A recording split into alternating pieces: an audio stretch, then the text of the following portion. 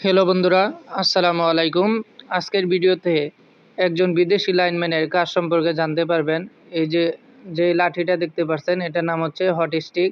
আর যেটা ডাউন দেওয়া হলো, নিচে নামানো হলো, তার নাম হচ্ছে ব্যারেল। এই ব্যারেলটা নামানোর পর এই নিচের দিকে ট্রান্সফরমার পর্যন্ত কোনো বিদ্যুৎ থাকবে না। বিদ্যুৎ না থাকার পরেও তারপরেও কিন্তু সে সম্পূর্ণ নিরাপত্তা নিয়ে এই যে গ্লোভসগুলা পরেছে, সেগুলা পরে থাকার কারণে যদি চালু লাইনেও 11,000 ভোল্টেজের লাইনেও সে ধরে, তারপরেও তার কোনো কিছু হবে না। কারণ হচ্ছে এটা 11,000 ভোল্টেজ প্রোটেক্টেড গ্লোভস, চালু লাইনে ধরলেও কোনো কিছু হবে না।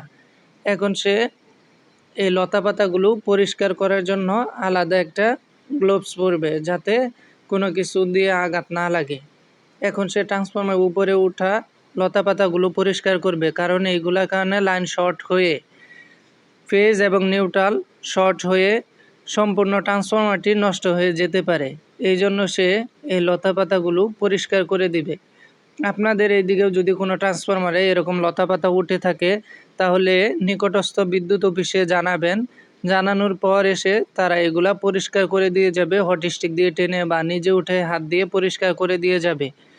কারণ যদি এই লতাপাতাগুলো পরিষ্কার করা না হয়, তাহলে এই যে এটা হচ্ছে ফেজ এবং হচ্ছে নিচে হচ্ছে নিউট্রাল, বা উপরে নিউট্রাল নিচে হচ্ছে ফেজ। এই ফেজ নিউট্রাল শর্ট হয়ে পুরো ট্রান্সফরমারটি নষ্ট হয়ে যেতে পারে। এই জন্য আপনি দেখবেন আপনাদের ট্রান্সফরমারে এগুলো আছে নাকি, এই লতাপাতা উঠে আছে কিনা। তারের মধ্যেও যদি উঠে থাকে, তাহলে আপনারা নিকটস্থ বিদ্যুৎ অফিসে যোগাযোগ করবেন এবং বলবেন যে লতাপাতা উঠে ট্রান্সফরমার ঢেকে গেছে, ফেজ নিউট্রাল এক হয়ে শর্ট হয়ে যাইতেছে। তারপর তারা এসে পরিষ্কার করে দিয়ে যাবে।